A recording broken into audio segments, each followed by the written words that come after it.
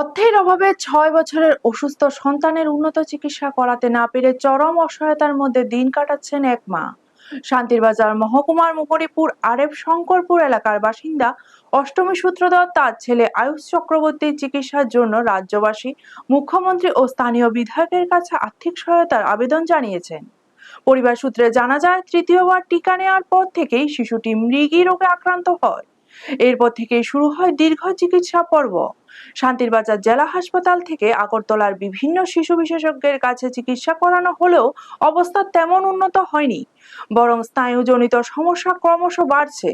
চিকিৎসকদের মতে, শিশুটিকে সুস্থ করে তুলতে হলে রাজ্যের বাইরে উন্নত চিকিৎসার প্রয়োজন, কিন্তু আর্থিক অনটনের কারণে তা সম্ভব হচ্ছে না। সন্তানের অসুস্থতা বাড়লে বারবার হাসপাতালে ভর্তি করতে হচ্ছে, যা পরিবারের উপর অতিরিক্ত চাপ সৃষ্টি করছে।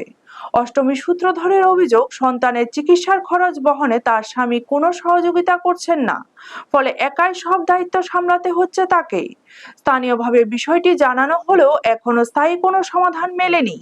এই পরিস্থিতিতে তিনি মুখ্যমন্ত্রী ডক্টর মানিক সাহা এবং জোলাইবাড়ি বিধানসভার বিধায়ক শুক্লাচরণ নোয়াতিয়ার কাছে আর্থিক সহায়তার আবেদন জানিয়েছেন। পাশাপাশি মানবিক দৃষ্টিকোণ থেকে রাজ্যের সকল মানুষের কাছে সাহায্যের হাত বাড়ানোর আহ্বান জানিয়েছেন, যাতে তার অসুস্থ সন্তানকে দ্রুত উন্নত চিকিৎসার জন্য বাইরে নিয়ে যাওয়া যায়। ব্যুরো রিপোর্ট, নিউজ তৎকাল 24। এবং সকল দেশবাসী এবং মিডিয়াদের আমার প্রণাম। এবং আমার নাতি, বাগ্নিগরের নাতি একটা দীর্ঘদিন যাবৎ মৃগী রোগে আক্রান্ত। আমার বাগ্নিগরের জামাইয়ের কাছে কোনো টাকা পয়সা নাই এবং সে আর্থিক দুর্বলতার কারণে অসহায় অবস্থায় আছে। নমস্কার। আজকে সাংবাদিক সবাই ভাইদের কাছে আবেদন জানাচ্ছি।